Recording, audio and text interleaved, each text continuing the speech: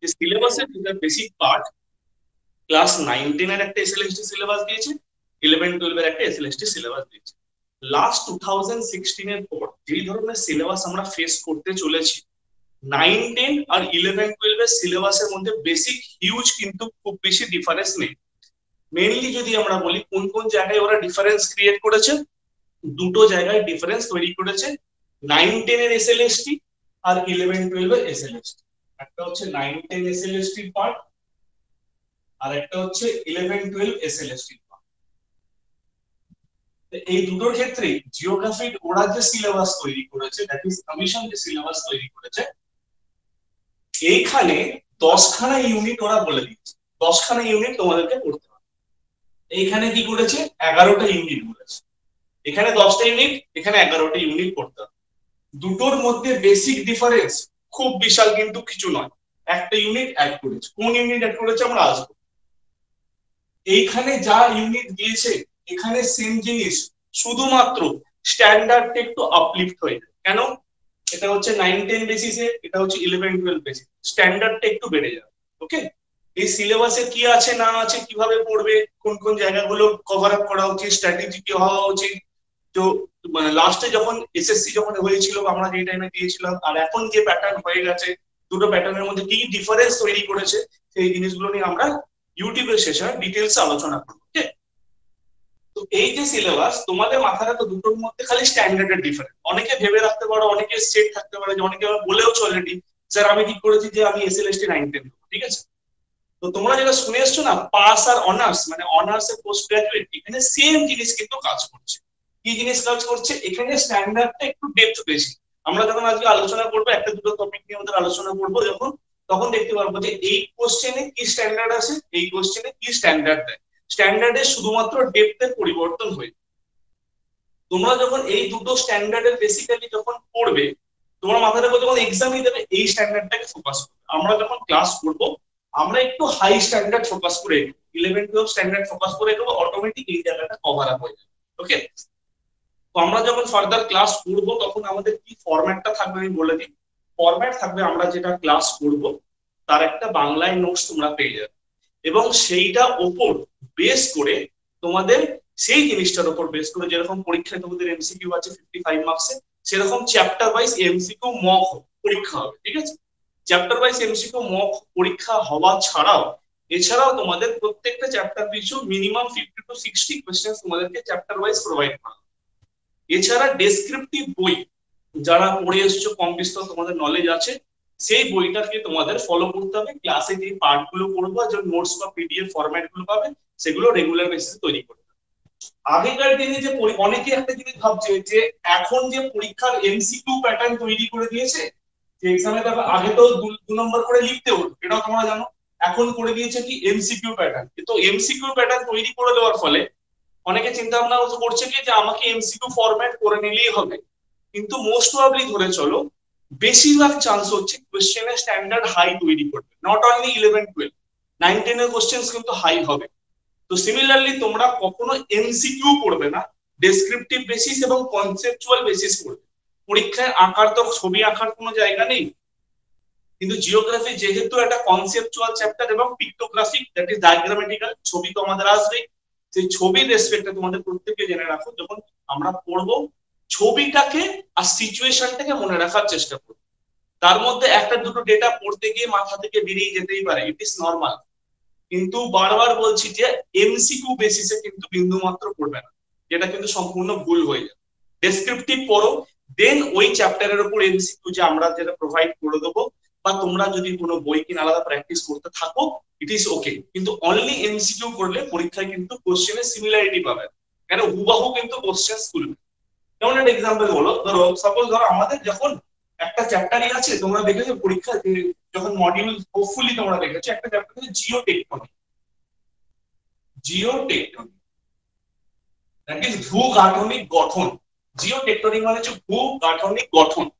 এই টেকটনিক, জিও টেকটনিকের যে আমরা কনসেপ্ট বলছি ভূগাঠনিক গঠন, এখানে মাথায় রাখবে যে এক্ষেত্রে যে পৃথিবীর অভ্যন্তর রিলেটেড, ধরো এটা হচ্ছে আর্থ সারফেস, তাহলে এটাকে আমরা বাংলায় কি বলবো, ভূপৃষ্ঠ। ঠিক আছে, তাহলে বাংলায় কি বলছি, ভূপৃষ্ঠ। ভূপৃষ্ঠ নিচে এবং ভূপৃষ্ঠ ওপরে, এই দুটো পার্ট নিয়ে আমাদের আলোচনা করব। তো জিও টেকটনিকে কোন জিনিসটা নিয়ে আলোচনা করব? ভূত্বকের নিচে এবং ভূত্বকের উপরের পার্ট পুরোটাকে নিয়ে আমরা আলোচনা করব। নিচে বলতে তোমরা অলরেডি শুনে এসছো যে নিচের মধ্যে কি কি অ্যাক্টিভিটি দেখতে পাওয়া যায়। যেমন তলার মধ্যে যে লেয়ার গুলো আছে, দ্যাট ইজ সিয়াল, সীমা, তার নিচেও যে লেয়ার গুলো আছে ম্যান্টেল, তার নিচে যে কোর, এর মাঝে অ্যাস্তনোস্ফিয়ার রয়েছে এই পার্টটা। এখানের মধ্যে যে আরো যে পার্ট গুলো আমরা দেখতে থাকি সেই পার্ট গুলো কিরকম, যেন সাপোজ ধরো আরো যে পার্ট গুলো সেই সেকশন গুলো আমাদের এখানে দেখতে পাওয়া যায়, সেই সেকশন গুলো হচ্ছে ধরো আর্থকুয়েক, দ্যাট ইজ ভূমিকম্প। এই যে ছোট ছোট পার্ট গুলো ভূ অভ্যন্তর। এবার ভলক্যানো কি, ভূ অভ্যন্তর থেকে বেরিয়ে ওপরের দিকে চলে আসে, ওপরের দিকে আগ্নেয়গিরি বেরিয়ে যাচ্ছে। তার মানে কি, এটা আর্থ সারফেসের বাইরের পার্টের অংশ। তো ঠিক সিমিলার, তো ভূ অভ্যন্তরের এবং বাইরের দুটো জায়গা নিয়ে আমরা কাজ করবো। যেমন একটা এক্সাম্পল হলো, এই জিও টেকটনিকে তোমাদের ফার্স্টে চ্যাপ্টার যেটা শুরু হচ্ছে সেটা হচ্ছে আর্থ ক্রাস্ট, দ্যাট ইজ ভূপৃষ্ঠ। আর্থ ক্রাস্ট বা ভূপৃষ্ঠ এই পার্টটা নিয়ে আমাদের শুরু হচ্ছে। আর লাস্ট যে চ্যাপ্টারটা আছে জিও টেকটনিকের, ধরো জিও টেকটনিকের আন্ডারে এরকম 6খানা মডিউল আছে, 6টা মডিউল আছে, ঠিক আছে। 6টা মডিউলের মধ্যে ফার্স্টেই বলে দিয়েছে আর্থ ইন্টেরিয়র মানে ভূ অভ্যন্তর, আর লাস্টে বলে দিয়েছে আর্থকুয়েক। তাহলে ভূ অভ্যন্তর আর এটা হচ্ছে 6 নম্বরে কি বলেছে আর্থকুয়েক। এই দুটো সেকশনের মধ্যে আমরা কি করে সিমিলারিটিস তুলবো? এই দুটো সেকশনকে একসাথে কি করে আলোচনা করা যায়। সবসময় যে চ্যাপ্টার ওয়াইজ করে মনে রাখতে হবে তা কিন্তু নয়। আমরা যে কোনো চ্যাপ্টারকে যদি লিংক করে পড়ি তাহলেও কিন্তু ইজি, কানেক্ট করে পড়লে ইজি মনে থাকে। যেমন ধরো ধরো এটা হচ্ছে ভূপৃষ্ঠ, ঠিক আছে, এটা হচ্ছে ভূপৃষ্ঠ। ভূপৃষ্ঠকে ইংলিশে কি বলে? Earth surface. তাহলে এটা যদি বলি ভূপৃষ্ঠ, এটাকে ইংলিশে কি বলবো? আর্থ সারফেস, ভূপৃষ্ঠ।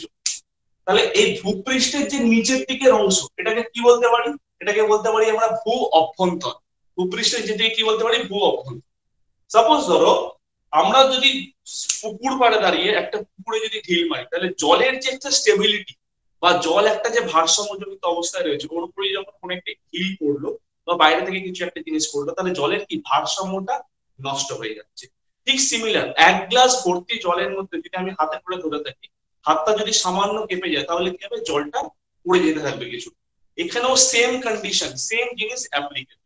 যেমন ভূ অভ্যন্তরে, ভূ অভ্যন্তরের ভেতরের কোনো কারণে নিচের যে অ্যাক্টিভিটি গুলো রয়েছে, নিচের যে অ্যাক্টিভিটি গুলো রয়েছে সেটাকে আমরা কি বলি?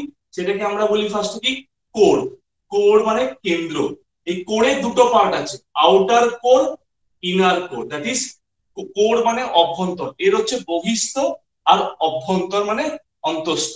বহিস্থ কেন্দ্র, অন্তস্থ কেন্দ্র। এর যদি ওপরের পার্ট থেকে আমরা আলোচনা করি দ্যাট ইজ ম্যান্টেল। এর যদি ওপরের পার্ট থেকে আলোচনা করি that is mantle, MANTLE, mantle. ম্যান্টেলের দুটো part, outer mantle, inner mantle, দুটো পার্ট হয়ে গেল। তার মানে কোরের দুটো part, outer core, inner core, that is বহির্ভাগ আর অভ্যন্তরভাগ।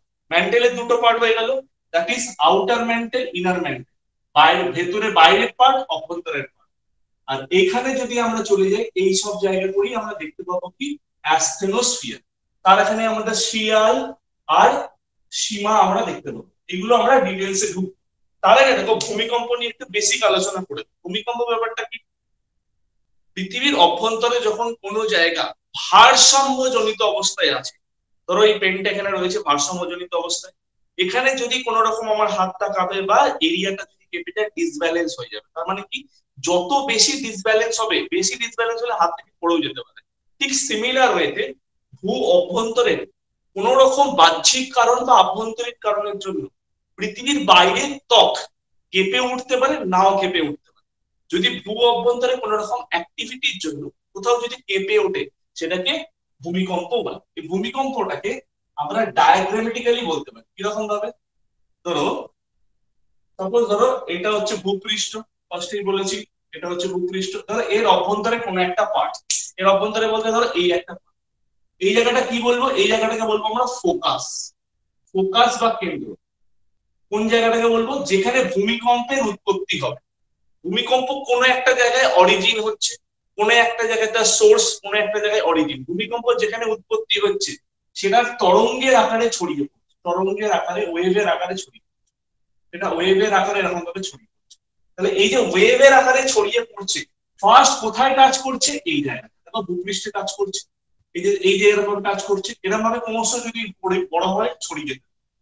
জেনারেলি এই অভ্যন্তরে কেন্দ্র থেকে সোজাসুজি যে পয়েন্ট, আমি ধরে নিচ্ছি এই পয়েন্টটা দেখো, এর থেকে সোজাসুজি পয়েন্টটা এইটা, এই জায়গাটাই ফার্স্ট ওয়েভটা টাচ করছে। সমুদ্রের নদীর ঢেউ যেমন যেরকম ভাবে ছড়িয়ে যায়, এই জায়গাটায় কি ওয়েভটা টাচ করছে, এই যে সোজাসুজি যে জায়গাটায় ওয়েভটা টাচ করছে, এইটাকে বলা হয় কি এপি সেন্টার। এপি সেন্টার মানে কি? উপকেন্দ্র। তাহলে আমরা কি বলছি? কেন্দ্র মানে কি? ফোকাস। যেখানে ভূমিকম্পের উৎপত্তি হচ্ছে সেই অঞ্চলটাকে কেন্দ্র বলবো, ঠিক আছে? ভূমিকম্প যেখানে উৎপত্তি হচ্ছে কেন্দ্র বরাবর সোজাসুজি, কেন্দ্র বরাবর সোজাসুজি ভূপৃষ্ঠ অবস্থিত স্থানটাকে কি বলবো? Epicentre. বাংলায় কি বলবো? বাংলায় বলবো উপকেন্দ্র। এপি সেন্টার বা উপকেন্দ্র, ঠিক আছে? এই কেন্দ্র থেকে উপকেন্দ্র জেনারেলি ডিস্টেন্স হয় 16 কিলোমিটার। মানে আমি আরো সিম্পল ভাবে বলতে পারি যে ভূপৃষ্ঠ থেকে ভূমিকম্পের উৎস বা কেন্দ্র, কি বললাম? ভূপৃষ্ঠ থেকে ভূমিকম্পের উৎস বা কেন্দ্র 16 কিলোমিটারের মধ্যে থাকে। এটা পরীক্ষার একটা কোশ্চেন, ঠিক আছে? ভূপৃষ্ঠ থেকে ভূমিকম্পের উৎস কত কিলোমিটারের মধ্যে থাকে? জেনারেলি 16 কিলোমিটারের মধ্যে থাকে। এই যে 16 কিলোমিটারের মধ্যে থাকছে, যেখানে উৎপত্তি হচ্ছে ফোকাস বা কেন্দ্র, উপরের অঞ্চলটাকে বলছে কি এপিসেন্টার বা উপকেন্দ্র। এখান থেকে আমরা দুটো বেসিক আইডিয়া আমরা পেলাম। ওকে, এইবার দেখো, যখন এইখান থেকে যাচ্ছে, যখন ঢেউয়ের আকারে যাচ্ছে, এবার সাপোজ এই যে ঢেউটা ছড়াচ্ছে, ধরো এইখানের একটা জায়গা আমি ছবি দেখাচ্ছি, এইখানে ধরো কেন্দ্র, এই পার্টটা আমি এখানে দেখালাম কেন্দ্র, ঢেউয়ের আকারে যাচ্ছে, ঢেউয়ের আকারে যেতে যেতে যেতে যেতে মিলিয়ে গেল, আর যেতে পারছে, ঠিক আছে, মিলিয়ে গেল। তার মানে কি ভূপৃষ্ঠে কি এলো? ভূপৃষ্ঠে এলো না। তার মানে কি বললাম? কেন্দ্র উৎপত্তি হচ্ছে ভূমিকম্প, যেটা যদি ভূপৃষ্ঠে আসে, ভূপৃষ্ঠে বলতে এই জায়গা, ভূপৃষ্ঠে যদি আসে তাহলে কিন্তু আমাদের ক্ষয়ক্ষতি হবে। কিন্তু সব ভূমিকম্প কিন্তু তীব্রতা বেশি হয় না, ইন্টেন্সিটি খুব একটা হাই থাকে না। তখন কি হবে? এই কেন্দ্র থেকে যত উপরের দিকে যাচ্ছে আস্তে আস্তে মিলিয়ে যাচ্ছে, মানে কি ভূপৃষ্ঠে এলো না। তোমরা প্রায় শুনেছো জাপানে বছরে বহুবার ভূমিকম্প হয়, দিনে গড়ে ভূমিকম্প হয় প্রায় 20 বার, বছরে 7500 বার ভূমিকম্প হয়। তার ফলে কি হচ্ছে? সবকটা কি অনুভূত হচ্ছে? তার মানে রাখবে, যেটা মেজারমেন্টে বা রিক্টার স্কেলে কি করা হচ্ছে, যে জিনিসটা 4-এর কম থাকছে। এক্সাম্পল বলছি, যেমন কিরকম হলো, এই ভূমিকম্পের কথাটা প্রাচীনকালে সব থেকে বেশি যে দেশে হতো সেটা হচ্ছে গ্রিস। সব থেকে বেশি দেশে হতো গ্রিস। এই গ্রিস দেশে প্রথম কথাটা ওঠে সিসমস। সিসমস, SIESMOS। সিসমস কথার অর্থ হচ্ছে ভূমিকম্প। সিসমস কথা কি? ভূমিকম্প মানে ভূমির কম্পন। সেই কম্পনটা কিন্তু আর্টিফিশিয়ালি হতে পারে, আবার ন্যাচারালি হতে পারে। আর্টিফিশিয়াল বলতে কি? কৃত্রিম ভাবে কোন জায়গায় একটা পরমাণু বোম ফেলা হলো, ভাইব্রেশন হবে, কি হবে? ডেফিনেটলি হবে। আর ভূ অভ্যন্তরে ভূমিকম্প হলো কোনো কারণবশত, সেখানেও সিসমস হবে, দ্যাট ইজ ভূমিকম্প হবে, কেঁপে উঠবে। এই সিসমস কথা থেকেই ভূমিকম্প, দ্যাট ইজ সিসমসটা মানেই হচ্ছে গ্রিক শব্দ, যার কথাই হচ্ছে আর্থকোয়েক। সিসমস কথার অর্থই হচ্ছে আর্থকোয়েক। দেখো, কোয়েক, এই যে কোয়েক দেখছো, কোয়েক, QUAKE, কোয়েক মানে কেঁপে ওঠা। কোয়েক মানেই হচ্ছে কেঁপে ওঠা। আর্থ মানে কি? ভূপৃষ্ঠ। তাই ভূপৃষ্ঠের কেঁপে ওঠাকে ভূমিকম্প বলি, যেটাকে গ্রিক ভাষা সিসমস বলে। এই ভূমিকম্পকে যেই ইনস্ট্রুমেন্ট দিয়ে মেজার করা হয়, ভূমিকম্পকে যেই ইনস্ট্রুমেন্ট দিয়ে মেজার করা হয়, তার নাম হচ্ছে সিসমোগ্রাফ। সিসমোগ্রাফ, ঠিক আছে? সিসমোগ্রাফ। এখানে মাথায় রাখবে, সিসমোগ্রাফ দিয়ে কি কি মেজারমেন্ট করা হয়। সিসমোগ্রাফ দিয়ে কিন্তু সবকিছু মেজারমেন্ট করা হয় না। সিসমোগ্রাফ দিয়ে সমস্ত কিছু মেজারমেন্ট করা যেতে পারে এক্সেপ্ট ইন্টেন্সিটি বা তীব্রতা। সিসমোগ্রাফ দিয়ে কি কি মেজার করা যাবে? এক হচ্ছে টাইম, কটার সময় ভূমিকম্প হয়েছে। দুই হচ্ছে ডিউরেশন, কতক্ষণ ভূমিকম্প স্থায়ী ছিল। একটা হচ্ছে টাইম, কটার সময় ভূমিকম্প হয়েছে। 2 নম্বর হচ্ছে ডিউরেশন, কতক্ষণ ভূমিকম্প হয়েছে। 3 নম্বর হচ্ছে লোকেশন, আমরা বলতে পারি লোকেশন, দ্যাট ইজ কোথায় ভূমিকম্প হয়েছে। এই টাইম, ডিউরেশন, লোকেশন এগুলো কিন্তু আমরা ভূমিকম্পে জানতে পারি। কিন্তু ভূমিকম্পের তীব্রতা কতটা ভয়ঙ্কর হয়েছে সেটা কিন্তু সিসমোগ্রাফ দিয়ে মেজারমেন্ট করা হয় না। সেটার জন্য আলাদা একটা স্কেল রয়েছে। সেটা কি স্কেল? সেটা দিয়ে, যেটা দিয়ে মেজার করা হয় সেটা হচ্ছে Richter scale. Richter scale, Richter scale. এই রিক্টার স্কেলটা 1935 সালে, 1935 1935 ক্যালিফোর্নিয়ার ভূবিজ্ঞানী, California is in USA, America, ক্যালিফোর্নিয়ার ভূবিজ্ঞানী চার্লস রিক্টার, নাম কি Richter? Charles Richter. Charles Richter first invent করেছিল। কি জন্য? ভূমিকম্পের ইন্টেন্সিটি মানে তীব্রতা, ভূমিকম্পের তীব্রতাকে পরিমাপ করার জন্য। কি জন্য করেছিল? ভূমিকম্পের ইন্টেন্সিটি বা তীব্রতা, যদি পরীক্ষায় কোশ্চেন করে ভূমিকম্পের তীব্রতা কোন ইনস্ট্রুমেন্ট বা কোন যন্ত্র দ্বারা পরিমাপ করা হয়? Richter scale. রিক্টার স্কেল যে ভূমিকম্পের তীব্রতা, আমরা প্রায় শুনি খবরে রিক্টার স্কেলে ভূমিকম্পের তীব্রতার মান 6.7, এই যে এগুলো, এটা হচ্ছে রিক্টার স্কেল। ওকে। আর যদি বলে ভূমিকম্প কটার সময় হয়েছিল, কতক্ষণ হয়েছিল, কতক্ষণ ছিল, নেপালের কোথায় হয়েছে, এই যে ডিটেইলস ইনফরমেশন গুলো পাই, ওটা সিসমোগ্রাফ দিয়ে। তাহলে অ্যাকচুয়াল ভূমিকম্পের যে মেজারমেন্টের স্কেল, যে কত মাত্রায় হয়েছে, সেটা রিক্টার স্কেল দিয়ে মাপা। ঠিক আছে। এবার রিক্টার স্কেল কোন টেবিলকে ফলো করে? দেখো এগুলো হচ্ছে যা বললাম, এগুলো কিন্তু এতক্ষণ অবধি মোটামুটি 9-10 এই ধরনের হালকা লেভেলের কোশ্চেন আসে। 11-12 যখনই হয়ে যাবে কোশ্চেনের স্ট্যান্ডার্ড পাল্টে যাবে, এইখান থেকে কোশ্চেনের ডেপথ চেঞ্জ হয়ে যাবে। যেমন রিক্টার স্কেল কোন টেবিল, কোন স্কেলকে ফলো করে, কোন স্কেলকে বা কোন টেবিলকে ফলো করে? কি টেবিলকে ফলো করে? মাথায় রাখবে log table, LOG, log, log table. Log table মানে হচ্ছে লগারিদমিক টেবিল।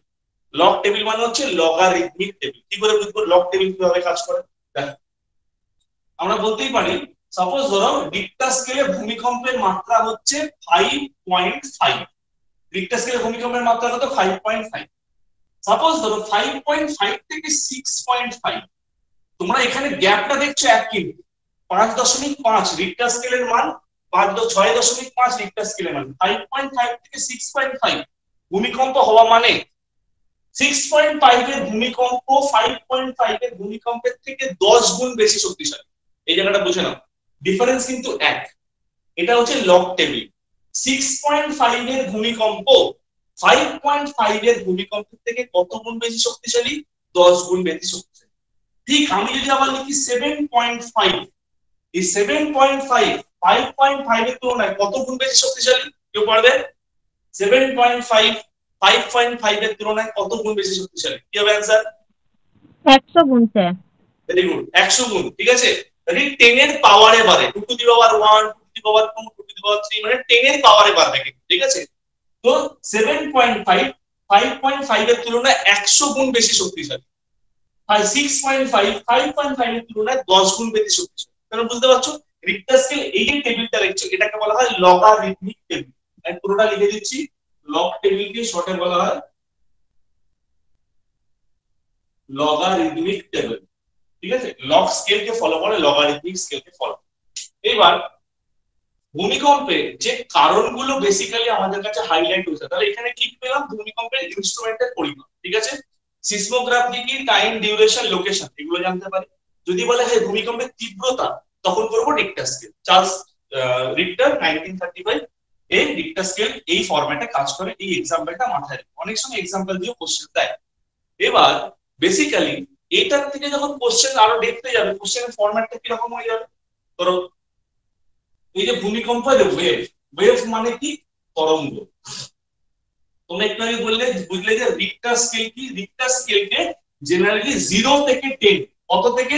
0 থেকে 10 এর মধ্যে ক্যালকুলেট করা হয়। রিক্টার স্কেলকে 0 থেকে 10 বা 0 থেকে 10 এর মধ্যে ক্যালকুলেট করা হচ্ছে। কিরকম ভাবে? ধরো রিক্টার স্কেলকে 0 থেকে 10 এর মধ্যে ক্যালকুলেট করার অর্থ কি?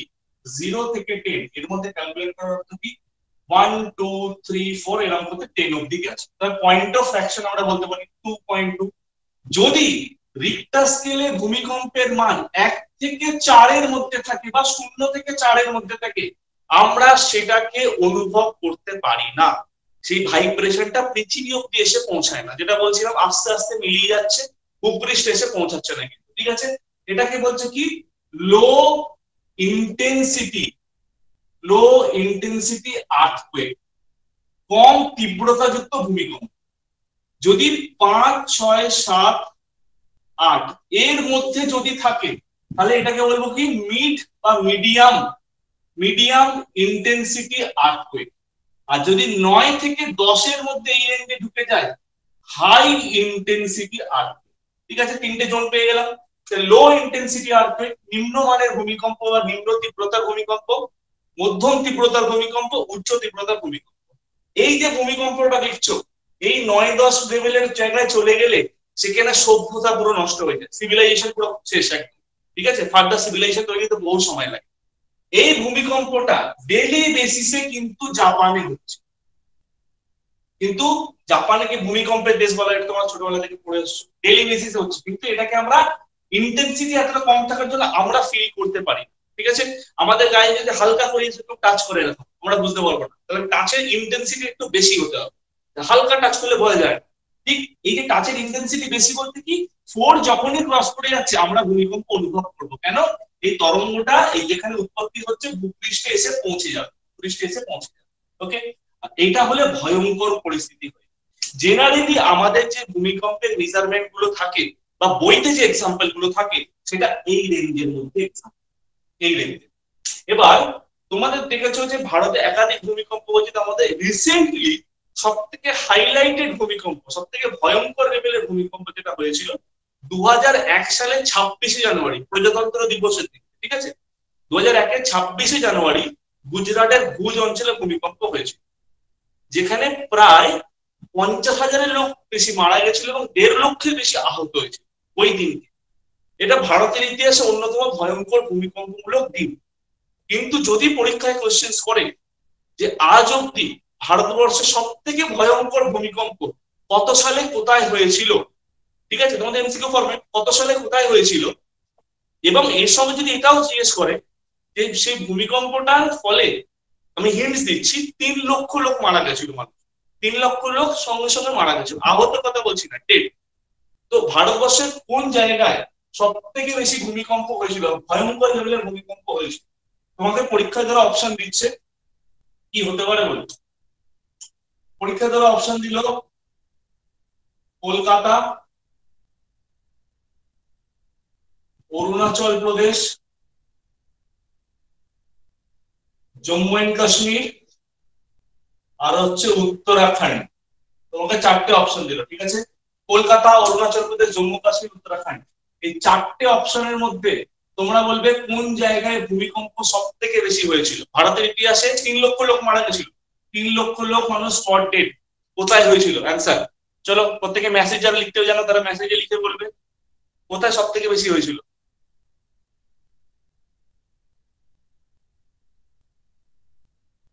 চারটে অপশনের মধ্যে প্রত্যেকে লিখে জানাবে, শর্টে লিখলেও হবে যে এ বি সি ডি নাকি 1 2 3 4 এর মধ্যে কোনটা। শান্তু বলছে যে উত্তরাখণ্ড, বাকিরা কোথায় ভূমিকম্প সব থেকে বেশি হয়েছে? উত্তরাখণ্ড। আচ্ছা, একটা ছোট্ট হিন্টস চাইছি, ঠিক আছে, তোমরা মাইক্রোফোন অন করে বলতে পারো। যদি বলা হয় এই 4টের অপশনের মধ্যে কোন অপশনটা হতে পারে না, অপশন দুটো আমরা পৌঁছাতে পারি অ্যান্সার জানলে আর এলিমিনেট করতে করতে, কোনটা হবে না কোনো মতে, কি মনে হচ্ছে এর মধ্যে কোনটা হতেই পারে না? বাকিদের কি মনে হচ্ছে যে কোনটা হবেই না? শান্তু বলছে কলকাতা, বাকিদের? কলকাতা, জয়তী কলকাতা বলছে, বাকিরা কি মনে হয় কোন অপশনটা হতেই পারে না? কলকাতা, সবাই বলছে কলকাতা, ঠিক আছে। তো অ্যান্সার এখানে কি হবে? অ্যান্সার হচ্ছে কলকাতা। অবাক লাগছে শুনে, ঠিক আছে, এখানে শুনে অনেকে অবাক লাগছে কলকাতা কি করে হচ্ছে। সালটা আমি বলে দিচ্ছি, 1737, 1737 সব থেকে ভয়ঙ্কর ভূমিকম্প এখনো অব্দি ভারতের ইতিহাসে কলকাতায় 1737 সালে ভূমিকম্প, বন্যা দুটো একসাথে 3 লক্ষ লোক মারা গেছিল কিন্তু। আর বন্যাটা হয়েছিল ভূমিকম্পের ফলেই পশ্চিমবঙ্গের নদীর তলায় হয়েছিল, যেখানে নদীর জলটাকে তুলে ফেলে দিয়েছিল, মানে সুনামির প্যাটার্ন। ঠিক আছে, তো 1737 তোমরা পুরোনো বইতেও এক্সাম পেলে পাবে, যদি বইতে একান্ত না পাও গুগলে লিখবে 1737 আর্থকোয়েক, গুগল তোমাকে দিয়ে দেবে। ঠিক আছে, সব থেকে ডেঞ্জারাস রূপ হয়েছিল ভারতের ইতিহাসে এখন অব্দি রেকর্ড। ঠিক আছে, এটাই সবাই কিন্তু না করলে পরীক্ষায় এটাই আনসার। ঠিক আছে, এই জায়গাগুলো একটুখানি মাথায় রাখো। অপশন দিয়ে দেওয়া মানে কি তোমার কনফার্ম জিনিসগুলোকেও ভুল করে দেবে, এটা মাথায় রাখো যেটা বললাম। এইবার যে ভূমিকম্পের যে তীব্রতা গুলো আমরা বলছি,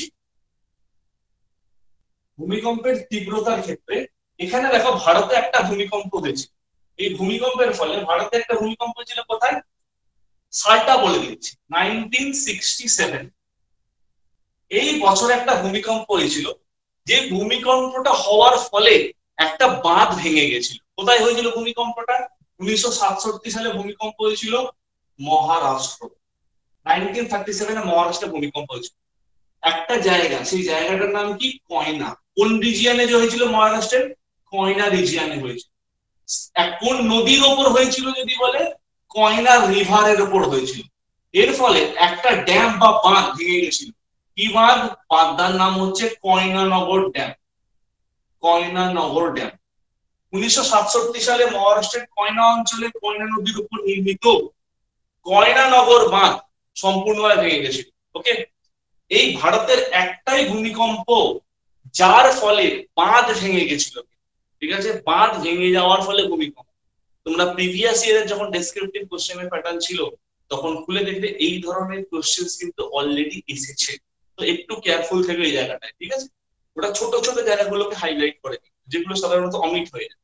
তো এটা মাথায় রেখো, 1967 সালে মহারাষ্ট্রের কয়না নদীর উপর কয়না অঞ্চলে যে বাঁধটা রয়েছে কয়নানগর ড্যাম, এর ফলে ভারতে ভূমিকম্পের ফলে একবারই বাঁধ ভেঙে গেছে, ড্যাম ভেঙে গেছে। সেটা কিন্তু 1967 এর এক্সাম্পল। ওকে, এই যে বেসিক পার্টটা হলো, এই বেসিক পার্টটা ছাড়াও আমরা ওভারঅল কি বলছি, ভূমিকম্পের যে পার্টটা বলছি, ভূমিকম্পের ক্ষেত্রে কি 9-10 এই স্ট্যান্ডার্ডের বেশি কোশ্চেন দেয়, মোটামুটি এই স্ট্যান্ডার্ড নিয়ে চলে আসে।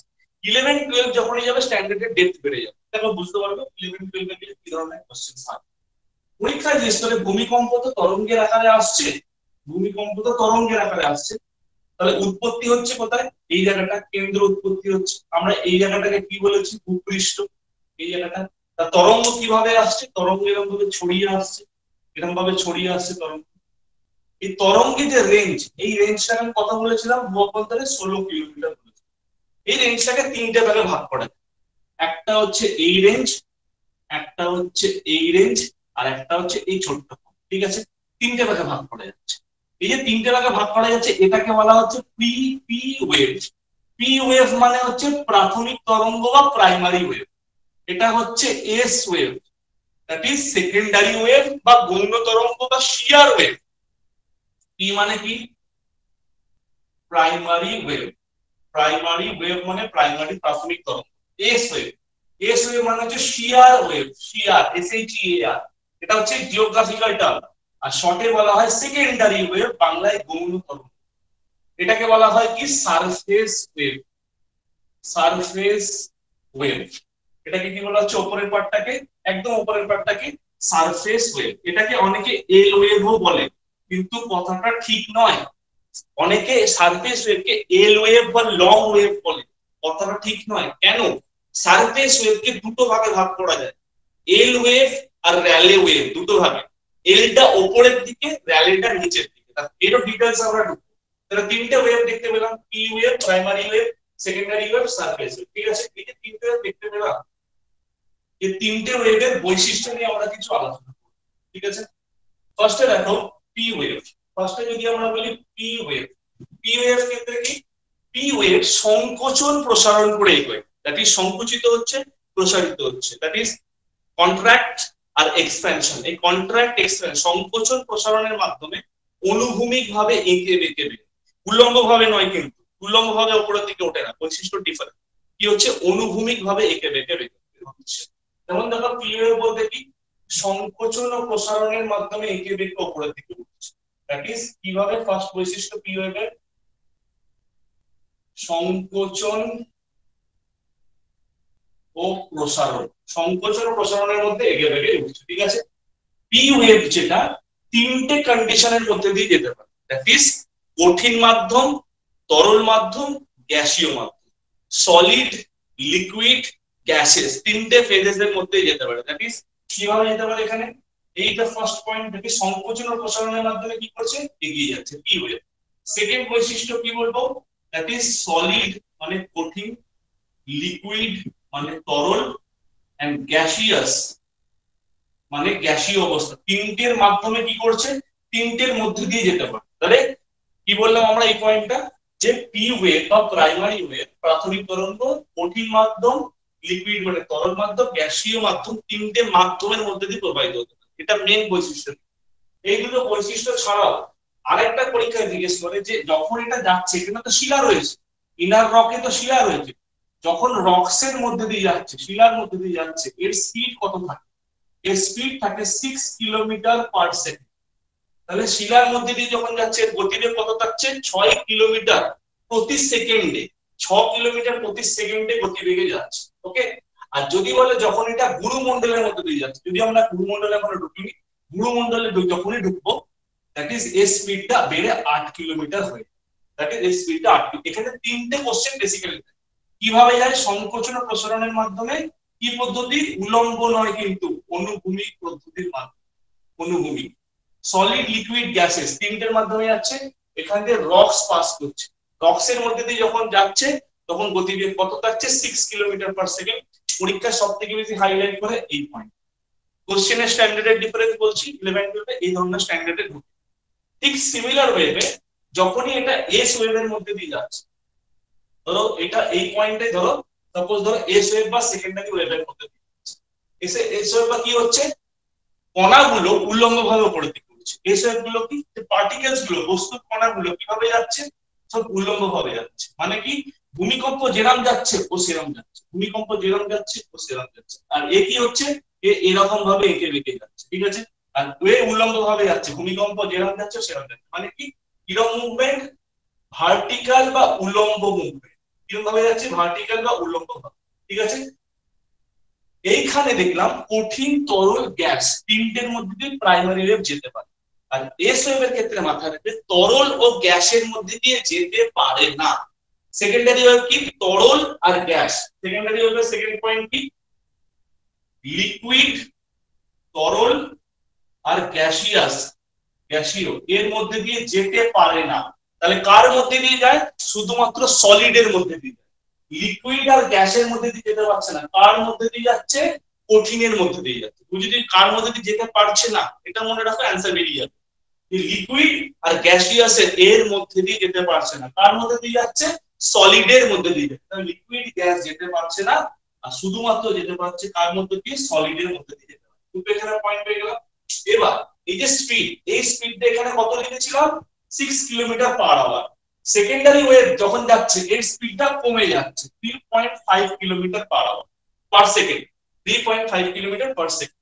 মাথায় রাখবে যখন উৎস হচ্ছে তখন স্পিডটা বেশি থাকে, ভেলোসিটি বা তীব্রতাটা বেশি থাকে। যত এটা জার্নি করে ওপরের দিকে আসবে, ভূপৃষ্ঠের দিকে আসবে, তত এর স্পিড আস্তে আস্তে কমতে থাকে। এবার এর স্পিড যদি বেশি হয় তাহলে ভূপৃষ্ঠে এসে ধাক্কা খাবে, যদি স্পিড বেশি না হয় আস্তে আস্তে আস্তে আস্তে মিলিয়ে যাবে। কেউ যদি আমাকে হালকা ইন্টেন্সিটিতে ঘুষি মারে, অল্প লাগবে, আমি ফিল করব না। বাচ্চারা যেন হালকা হালকা ঘুষি মারে। কেউ যদি বড় একজন ব্যক্তি জোরে মারে তাহলে ফিল করবো আমরা। এখানে কি হচ্ছে? দুটোর মধ্যে ডিফারেন্স কি? হালকা জোরের মধ্যে ডিফারেন্স কি? ইন্টেন্সিটি, তীব্রতা, কতটা পাওয়ার ইউজ করা হচ্ছে। এখানেও সেম জিনিস, যে এখানে কতটা ইন্টেন্সিটি বা তীব্রতা, তুমি স্পিড দেখলেই বুঝতে পারবে। টি ওয়েভের স্পিড ছিল 6 কিলোমিটার/সেকেন্ড, এস ওয়েভের স্পিড কত হয়ে গেল? কমে গেল 3.5 কিলোমিটার/সেকেন্ড। যত উপরের দিকে যাবে তাহলে তোমার একটা আইডিয়া করতে পারছো সারফেস ওয়েভের স্পিড আরো কমে যাবে। তাহলে দুটো জিনিস আমরা এখানে দেখলাম। এবার যখন সারফেস ওয়েভ যাব, সারফেস ওয়েভ কোথায় দেখা যায়? এই জায়গাটা বলেছিলাম, কেন্দ্র বরাবর সোজাসুজি উপরে অবস্থিত স্থানটাকে কি বলবো? উপকেন্দ্র।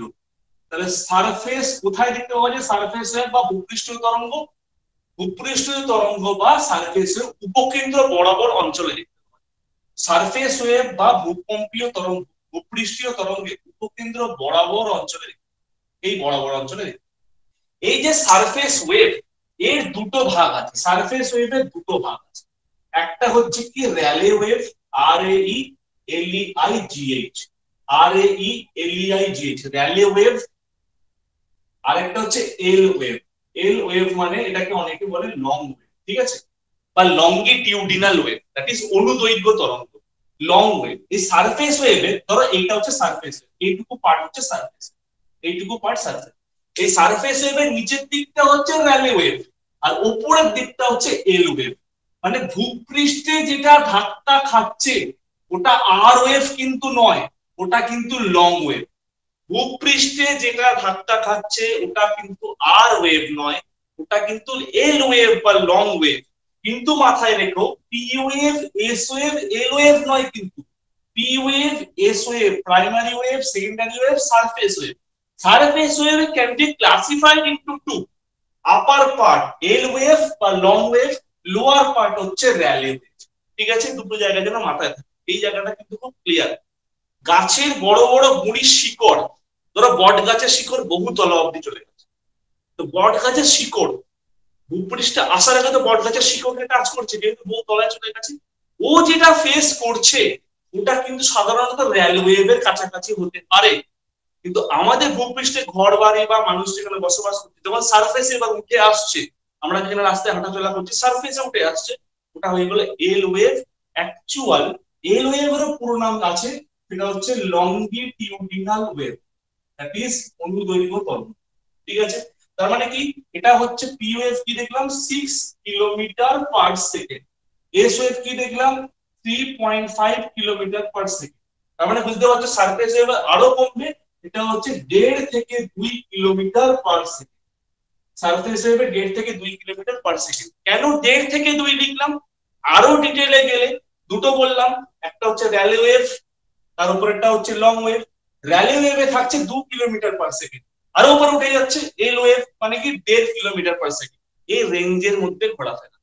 দেখো এত অবধি আরো কোনো ডাউট আছে এই পার্টটা?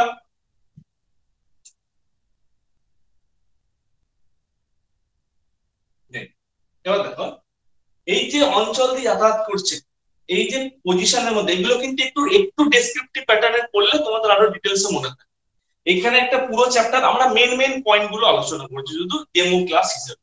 তো এই যে ওভারঅল প্যাটার্নটা আমরা বলছি, এই ওভারঅল প্যাটার্নের মধ্যে এখানে একটা জিনিস মনে রাখাটা খুব ইম্পর্টেন্ট। কেন, এই যে পার্টটা পড়ছি, তাহলে এই পার্টের মধ্যে ভূপৃষ্ঠের আমাদের অভ্যন্তর রয়েছে, এখানে ভূ অভ্যন্তরের পার্টও রয়েছে, বিভিন্ন লেয়ারের মধ্যে দিয়ে আসছে। সেই লেয়ার গুলো কি, যেমন আমি প্রথমে একবার ছোট্ট করে বলেছিলাম শিয়াল সীমা, কিন্তু শুধু তো শিয়াল সীমার পার্ট না, এখানে ওভারঅল পার্টটা দেখতে পাবো। এবার ওভারঅল পার্টটা কি, ধরো আমি এরকম ভাবে না এঁকে এরকম লম্বা করে আঁকছি, ধরো এই একটা অঞ্চল, এই একটা অঞ্চল, ঠিক আছে। এই অঞ্চলটা কি, এই অঞ্চলটা একদম ভূপৃষ্ঠ, একদম উপরের অঞ্চল, এটাকে আমরা কি বলছি ক্রাস্ট, সিআরই রেস্টিং। ক্রাস্ট মানে একদম ভূপৃষ্ঠের উপরের অংশকে বলছি আমরা ক্রাস্ট, একদম উপরের অংশ। আর একদম নিচের অংশ যেটা দেখতে পাচ্ছি সেটাকে আমরা কি বলছি, সেটাকে আমরা বলছি কোর। কোর মানে কেন্দ্র। এই কোরকে আবার দুটো ভাগে ভাগ করা যায়, কোরকে দুটো ভাগে ভাগ করা যায়। একটা হচ্ছে ইনার কোর, আইসি, আইসি মানে কি ইনার কোর, আর উপরেরটা হচ্ছে outer core, that is OC, মানে আউটার কোর। ইনার মানে অভ্যন্তর, আউটার মানে বহিস্থ। দ্যাট ইজ কেন্দ্রে দুটো পার্ট, এটা অভ্যন্তরস্থ কেন্দ্র পার্ট, একটা হচ্ছে বহিস্থ কেন্দ্র পার্ট। এই যে দুটো পার্ট দেখছো, এই আউটার কোর আর ইনার কোরকে যদি আরো ডিটেইলসে ঢুকি, আমাদের এই দুটোকে মিলে কি বলা হয়, ব্যারিস্ফিয়ার। এই দুটোকে মিলে কি বলা হয়, ব্যারিস্ফিয়ার। তাহলে outer core plus inner core, that is outer core plus inner core equals to কি বলবো আমরা, ব্যারিস্ফিয়ার। ওকে, আউটার কোর আর ইনার কোর দুটোকে নিয়ে করলাম ব্যারিস্ফিয়ার। এবার আউটার কোর আর ইনার কোরের মাঝে একটা রেখা দেখতে পাচ্ছি, আউটার ইনার কোর এদিকে উপরে আউটার, এর মাঝে যেটাকে ভাগ করেছে, যে এই দুজনকে ভাগ করে রেখেছে, সেটাকে কি বলবো, সেটাকে বলা হয় লেম্যান, LEHMAN, লেম্যান ডিসকন্টিনিউটি। বাংলায় বলা হয় বিযুক্তি রেখা। কি বলা হয়, লেম্যান বিযুক্তি রেখা, লেম্যান বিযুক্তি রেখা। বিযুক্তি রেখার ইংলিশ কি, ডিসকন্টিনিউটি। Layman discontinuity. এর উপরের পার্টে কি রয়েছে, এর উপরের পার্টেই রয়েছে ম্যান্টেল। এর উপরের পার্টে পুরো পার্টটা কি ম্যান্টেল। তোমরা যেমন জানো, প্রথমে বলেছিলাম দেখো ভূমিকম্প যখন যাচ্ছে ও এই অঞ্চলের মধ্যে দিয়ে কিন্তু যাচ্ছে, তাই জন্য এই অঞ্চলটা পড়ানো। ঠিক আছে, এবার দেখো আমরা এখানে দুটো আলাদা আলাদা চ্যাপ্টার, একটা হচ্ছে ভূ অভ্যন্তর, একটা হচ্ছে ভূমিকম্প। দুটো চ্যাপ্টারকে কিভাবে রিলেট করা যেতে পারে সেখানে দেখো। এইবার এই যে দুটো অঞ্চল দেখছো এর মধ্যে একটা ভাগ আছে, তাহলে কি এই যে ভাগটা, এই ভেতরের পার্টটাকে বলা হয় কি এই ভেতরের পার্টটাকে বলা হচ্ছে লোয়ার ম্যান্টেল। Lower men tell. উপরের পার্টটাকে বলা হচ্ছে আপার ম্যান্টেল। তাহলে এইটার পার্ট, নিচের পার্টটাকে কি বলছি আমরা? এটা তো কোর চলে গেল, কেন্দ্র। কেন্দ্র কি বললাম? নিচে ইনার কোর, উপরে আউটার। অন্তঃস্থ কেন্দ্র, বহিঃস্থ কেন্দ্র। অন্তঃস্থ কেন্দ্র আর বহিঃস্থ কেন্দ্র মিলে পুরো জায়গাটাকে কি বলা হচ্ছে? প্যারিসফিয়ার। অন্তঃস্থ কেন্দ্র আর বহিঃস্থ কেন্দ্রের মধ্যে কোন বিযুক্তি রেখা রয়েছে? লেম্যান বিযুক্তি। এখানে কি বললাম? এর উপরের পার্টটা কি নিচের থেকে উপরে উঠছে। এর উপরের পার্টটা কি? উপরের পার্টটাকে আমরা বললাম হচ্ছে ম্যান্টেল। এই ম্যান্টেলের দুটো পার্ট, যেটা নিচে আছে লোয়ার ম্যান্টেল, এটা উপরে আছে আপার ম্যান্টেল। এই যে দুটো ম্যান্টেল আমরা বলছি, এই ম্যান্টেলের পুরো পার্টটা যে দেখতে পাচ্ছ, এই পুরো ম্যান্টেলের পার্টটাকে বলা হয় কি? মেসোস্ফিয়ার। বায়ুমণ্ডলের একটা লেয়ারের নাম হচ্ছে মেসোস্ফিয়ার, অ্যাস্ট্রোস্ফিয়ারের উপরে, এখানে এটাকে বলা হচ্ছে মেসোস্ফিয়ার। ওকে, এই যে ম্যান্টেলের পার্টটা দেখছি, এই যে আউটার কোর, মানে এই যে কোরের অংশ, আর এদিকে ম্যান্টেলের অংশ, এটা কোরের অংশ, এটা ম্যান্টেলের অংশ। আউটার কোর আর লোয়ার ম্যান্টেল, আউটার কোর আর লোয়ার ম্যান্টেলের মাঝে যেটা রয়েছে, পরীক্ষা সব থেকে বেশি এটাই আসে, যে বহিঃস্থ কেন্দ্র আর লোয়ার ম্যান্টেল বা নিম্ন ম্যান্টেলের মধ্যে কোনটা রয়েছে, কি বলা হয়? গুটেনবার্গ বিযুক্তি রেখা। গুটেনবার্গ বিযুক্তি রেখা। তাহলে কি? লেম্যান বিযুক্তি রেখা কার মধ্যে রয়েছে? ইনার কোর, আউটার হয়ে গেল। লোয়ার ম্যান্টেল আর আউটার কোর বা লোয়ার ম্যান্টেল আর কেন্দ্রের মধ্যে কি রয়েছে? গুটেনবার্গ বিযুক্তি। এই পার্টটা হয়ে গেল।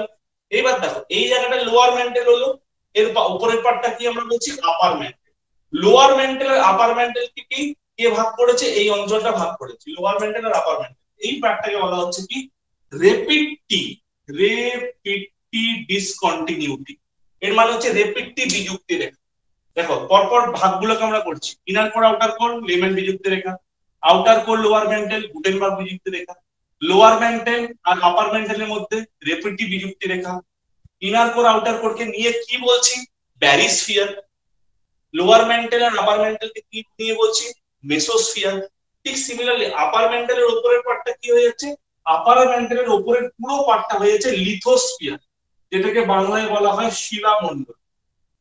আপার মেন্টালের পুরো উপরের পার্টটা কি বলা হচ্ছে? লিথোস্ফিয়ার বা শিলামণ্ডল। ওকে, এই যে লিথোস্ফিয়ার বা শিলামণ্ডল, এর মধ্যেই আমরা দুটো জিনিস দেখতে পাই, শিয়াল সীমা। ওকে, এই যে শিয়াল সীমা দেখতে পাই, শিয়াল মানে কি? সিলিকা আর অ্যালুমিনিয়াম। সীমা মানে কি? সিলিকা আর ম্যাগনেসিয়াম। এই দুটো জিনিস দেখতে পাই, এইগুলো অ্যাস্ট্রোস্ফিয়ারের মধ্যে ভাসমান অবস্থায় রয়েছে। তো এই যে সিচুয়েশন আমরা এখানে দেখতে পাচ্ছি, এই শিয়াল সীমাকে আমরা আলাদা একটা ছবিতে এখানে কন্টিনিউ করে দেখাবো, আলাদা একটা ছবি। ঠিক আছে, তো এই যে পার্টটা গেল, এটাকে যদি ফার্দার আমরা আরো ডেসক্রাইব করি, কি দেখতে পাবো? এখানে তোমরা মেনলি মাথায় রাখবে, এই তিনটে বিযুক্তি রেখা পরীক্ষায় দেয়, আর তিনটে জোনকে কি কি নামে ডাকা হচ্ছে, এগুলো তো অটোমেটিক মাথায় থাকবে। তারপর সিকোয়েন্স, এই সাইডের দুটো বিযুক্তি রেখা কি বলবো। আবার আমরা শুধু এবার এই পার্টটাকে নিয়ে আলোচনা করব, শিয়াল আর সীমা। এই দেখো, শিয়াল আর সীমা নিয়ে যখন এখানে আলোচনা হচ্ছে, শিয়াল মানে কি? সিলিকা অ্যালুমিনিয়াম, সীমা মানে কি? Silica magnesium. পার্টিকুলার যদি শিয়াল আর সীমা এই দুটো সেকশন নিয়ে আমাদের আলোচনা করতে হয়, তখন কি কাজে লাগবে? ধরো এই যে যত উপরের দিকে যাব, আমরা তো জলভাগ পাবো আস্তে আস্তে। ধরো এই একটা এরিয়া, এই একটা এরিয়া ভূপৃষ্ঠে এরকমই থাকে, নিচের পার্টটা ধরো এই একটা এরিয়া, এই জায়গাটাকে, এই একটা রেখা, এই রেখাটার উপরের পার্টটা ভূপৃষ্ঠ, কিন্তু এই রেখার উপরের পার্টটাকে বলা হচ্ছে কি? Upper crust. Upper crust, upper crust হিসেবে কন্টিনিউ করা হচ্ছে। আর লোয়ার পার্টটাকে কি বলছি? Lower crust. Lower crust, upper crust আর লোয়ার কাস্ট দুটো ভাগে ভাগ করা হলো। আপার কাস্ট আর লোয়ার কাস্টকে যে ভাগ করে দিয়েছে, এই অঞ্চলটি যে ভাগ করে দিয়েছে, এইটাকে বলা হচ্ছে কি? কনরাড বিযুক্তি রেখা। এটা কি? আপার কাস্ট আর লোয়ার কাস্টের মধ্যে কি আছে? কনরাড বিযুক্তি রেখা বা ডিসকন্টিনিউটি। কনরাড বিযুক্তি রেখা বা ডিসকন্টিনিউটি, এই দুটো পার্টের মধ্যে যে ভাগ করেছে। ঠিক আছে, এই দুটো পার্টের মধ্যে যে ভাগ করেছে, এই অঞ্চলটাকে, এই যে নিচের অঞ্চলটা, এই যে নিচের অঞ্চলটা, লোয়ার কাস্টের নিচের অঞ্চলটা কি? মোহরোভিসিক ডিসকন্টিনিউটি। মোহরোভিসিক, মোহরোভিসিক ডিসকন্টিনিউটি। ওকে, এই যে পার্টটা হয়ে গেল, এই পার্টের উপরেই ভূপৃষ্ঠে জলভাগ সমুদ্র রয়েছে। এই ভূপৃষ্ঠে জলভাগ সমুদ্র রয়েছে। ঠিক আছে, এবার পরীক্ষায় এই অঞ্চলটাকে যদি আরো ফার্দার ডেসক্রাইব করে, সেখানে আমরা দুটো জিনিস আরো এখানে লক্ষ্য করব। কি? একটা হচ্ছে সিয়াল, একটা হচ্ছে সীমা। সিয়াল আর সীমা কি? সিয়ালের ডেনসিটি হচ্ছে 2.89 গ্রাম পার সেন্টিমিটার কিউব, 2.89 গ্রাম পার সেন্টিমিটার কিউব, আর এটা হচ্ছে 2.9 গ্রাম পার সেন্টিমিটার কিউব। সিয়াল আর সীমা, সিলিকা অ্যালুমিনিয়াম, সিলিকা ম্যাগনেসিয়াম। এটাকে জেনারেলি রাউন্ড ফিগারে 2.8 ধরা হয়, এটাকে রাউন্ড ফিগারে 2.9। এই যে দুটো জিনিস দেখছি, তার মানে কি এই অঞ্চলটা কি রয়েছে? এই অঞ্চলটা রয়েছে কোস্টাল রিজিয়ন, এই অঞ্চলটা সমুদ্র পড়ে যাচ্ছে। এই যে এখানে সমুদ্র পড়ছে, এখান থেকে পরীক্ষাটা ঘুরিয়ে কোশ্চেন কি বলছে, ভারতের কতগুলো রাজ্য সমুদ্র উপকূলবর্তী রাজ্য, ভারতের কতগুলো রাজ্য সমুদ্রের পার্শ্ববর্তী অঞ্চলে অবস্থিত। এটাকে যদি ফার্দার আমরা এলাবোরেট করি তাহলে কি বলবো, ভারতের কতগুলো রাজ্য রয়েছে? ধরো সাপোজ যদি এখানে আমরা ভারতের ম্যাপটাকে ফলো করি, ধরো এটা ইন্ডিয়ার লোয়ার পার্টের ম্যাপ, ইন্ডিয়ার লোয়ার পার্টের ম্যাপ। পরীক্ষায় যখনই যদি কোশ্চেন করে এই টেনে ভারতের রাজ্যের সংখ্যা কটা, একটা হচ্ছে ফার্স্ট উপকূলবর্তী, এদিকে হচ্ছে কি অ্যারাবিয়ান সি আছে, এদিকে কি রয়েছে বে অফ বেঙ্গল, এদিকে রয়েছে ইন্ডিয়ান ওশান। ঠিক আছে, উপকূলবর্তী রাজ্যের মধ্যে ফার্স্টে কটা পড়ছে? ফার্স্ট হচ্ছে প্রথম রাজ্য হচ্ছে গুজরাট, সেকেন্ড রাজ্য হচ্ছে মহারাষ্ট্র, থার্ডে হচ্ছে গোয়া, ফোর্থে হচ্ছে কর্ণাটকা, ফিফথে হচ্ছে কেরালা।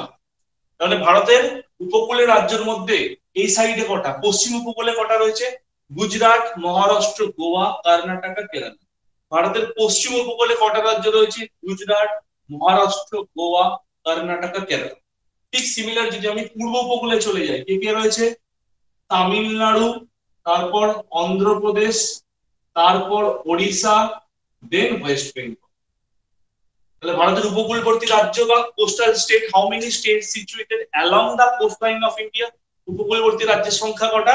আমরা কি বলবো, সিম্পলি আমরা বলে দেবো 9টা। পশ্চিম উপকূলে কটা? 5টা, গুজরাট, মহারাষ্ট্র, গোয়া, কর্ণাটকা, কেরালা। পূর্ব উপকূলে কটা? তামিলনাড়ু, অন্ধ্রপ্রদেশ, ওড়িশা, ওয়েস্ট বেঙ্গল, 4খানা। 5 আর 4 কটা হলো? 9টা। উপকূলবর্তী রাজ্যের সংখ্যা 9টা পেয়ে গেলাম আমরা। সব থেকে বেশি কোস্ট লাইন কার বড়? এই যে পার্টটা দেখছো, এই যে পার্টটা, এটাকে যদি খুলে দিই সব থেকে বড় এটাই হবে। তার মানে কি সব থেকে বেশি কোস্ট লাইন বড় হচ্ছে গুজরাট। কত? 1214.7 কিলোমিটার, 1214.7 কিলোমিটার। এগুলো এসএলএসটি ক্লাস 11-12 এর টিপিক্যাল সিচুয়েশন, এগুলো তখন এই ধরনের কোশ্চেন দেয়। দ্যাট ইজ গুজরাটের উপকূল রেখা সব থেকে লংগেস্ট, তাহলে Gujarat has the longest coast line. কত? 1214.7 কিলোমিটার গুজরাট। যদি বলে সব থেকে শর্টেস্ট কে, সব থেকে ছোট হচ্ছে গোয়া, 101 কিলোমিটার। গোয়া মনে রাখা ইজি, 101 কিলোমিটার। সেকেন্ড লংগেস্ট কে? সেকেন্ড লংগেস্ট হচ্ছে অন্ধ্রপ্রদেশ, 973.7 কিলোমিটার। অন্ধ্রপ্রদেশ কি? অন্ধ্রপ্রদেশ হচ্ছে সেকেন্ড লংগেস্ট। ফার্স্ট কে? গুজরাট, সেকেন্ড লংগেস্ট কে? অন্ধ্রপ্রদেশ, সেকেন্ড লংগেস্ট, দ্বিতীয় দীর্ঘতম 973.7, এটা হচ্ছে সেকেন্ড। আর যেহেতু আমাদের ওয়েস্ট বেঙ্গলের পরীক্ষা, ওয়েস্ট বেঙ্গলটাকে ডেফিনেটলি জানতাম। ওয়েস্ট বেঙ্গল কত? 157.7 কিলোমিটার। পশ্চিমবঙ্গ কত? 157.7 কিলোমিটার। এটা মোস্ট ইম্পর্টেন্ট, এই দুটো মাথায় রাখবে। এই ধরনের কোশ্চেন্স কিন্তু দেখ, এই ধরনের কোশ্চেন্স কিন্তু ফেস করা। এবার ঠিক আছে, এই যে পরিস্থিতিগুলো আমরা বলছি, এবার পরীক্ষা এখানে কোশ্চেন করে যে ভূমিকম্প নিয়ে আমরা যেটা বললাম, যতগুলো রাজ্য এখানে আমরা বললাম, এর মধ্যে সবথেকে বেশি ভূমিকম্প প্রবণ রাজ্য হচ্ছে গুজরাট। এর মধ্যে সবথেকে বেশি ভূমিকম্প প্রবণ বা আর্থকুয়েক প্রোন যেটা সবথেকে বেশি রাজ্য, সেটা হচ্ছে দ্যাট ইজ গুজরাট। গুজরাটে ভূমিকম্প সবথেকে বেশি হয়। যদিও এই অঞ্চলটা, উপকূলীয় অঞ্চলটা ভূমিকম্প প্রবণ নয়, তবুও এই কটার মধ্যে গুজরাটে ভূমিকম্পের পরিমাণ সবথেকে কিন্তু বেশি। ঠিক আছে, এটা হচ্ছে আমাদের বেসিক আইডিয়া। এবার দেখো ওয়েস্ট বেঙ্গলের পার্ট তো আমাদের বলেছে এখানে, আমাদের ওয়েস্ট বেঙ্গলের যেহেতু পরীক্ষা ওয়েস্ট বেঙ্গলের পার্ট, এবার এই ওয়েস্ট বেঙ্গলের পার্ট থেকে আমাদের কিন্তু বিভিন্ন কোশ্চেন দেয়। যেমন পশ্চিমবঙ্গের ভূমিকম্প বললাম, যেটা ভারতের ভূমিকম্প 1737 কলকাতা, সেটাই কিন্তু পশ্চিমবঙ্গের কলকাতার ভূমিকম্প 1737, 3 লক্ষ লোকের মৃত্যু। ওই ঘটনা কিন্তু এখানেও কিন্তু রিপিট করা। দেখো এত অব্দি কারো কোথাও কোনো ডাউট আছে? কোনো কোয়েরিজ থাকলে বলতে পারো। কারোর কোনো এক্সট্রা কোয়েরিজ এই রিলেটেড, এর বাইরে যদি কোনো কোয়েরিজ থাকে একটু বলতে পারো। কারোর যদি কোনো রকম প্রশ্ন কোনো জিজ্ঞাসা থাকে এই রিলেটেড কিছু বলার আছে? এই যে সিলেবাসটা আমরা বেসিক জিনিসটা আমরা বললাম, অলওয়েজ মাথায় রাখবে যে আমরা কি ট্রাই করব যে ছবি ভিত্তিক তোমরা যে কটা নোটস পাবে তার মধ্যে কি থাকবে, প্রত্যেকটার মধ্যে একটা ছবি থাকবে, ডায়াগ্রাম থাকবে। সেই ডায়াগ্রামটার সঙ্গে পয়েন্টিং মার্কিং করে, যেমন পয়েন্টিং মার্কিং করে কি, ধরো আমি যদি আরো ডিটেলসে যাই, আর একটা এক্সট্রা জিনিস বলে দিই, ধরো আরো ডিটেলসে যদি একটা পার্ট বলি, ধরো এইটা রিলেটেড বলেছি, আরো ডিটেলসে একটা পার্ট বলে দিই। যদি বলা হয় পৃথিবীর ভূপৃষ্ঠে, আর্থ ক্রাস্ট ভূপৃষ্ঠে কোন এলিমেন্ট সব থেকে বেশি রয়েছে, ভূপৃষ্ঠতে কোন এলিমেন্ট সব থেকে বেশি, তার অ্যান্সার কি হবে? অক্সিজেন 46.6% ভূপৃষ্ঠে। আর দেখো এখানে মজার বিষয় হচ্ছে, যদি বলে বায়ুমণ্ডলে অক্সিজেনের পরিমাণ কত, তাহলে বলবো 20.946% বায়ুমণ্ডলে অক্সিজেনের পরিমাণ। আর যদি বলা হয় ভূপৃষ্ঠ অক্সিজেনের পরিমাণ 46.6%, এই দুটো ডিফারেন্স কিন্তু যেন মাথায় থাকে। ভূপৃষ্ঠে সব থেকে বেশি পরিমাণ কি রয়েছে? অক্সিজেন 46.6%। ভূপৃষ্ঠ মানে ভূপৃষ্ঠে, আর্থ ক্রাস্টে। আর আর্থ ক্রাস্টে মানে হচ্ছে ক্রাস্ট, আমরা লিখে দিচ্ছি সারফেস। আর বায়ুমণ্ডলে যদি অ্যাটমসফিয়ারের কথা বলে, সব থেকে বেশি কোথায় রয়েছে? অক্সিজেন 20.946।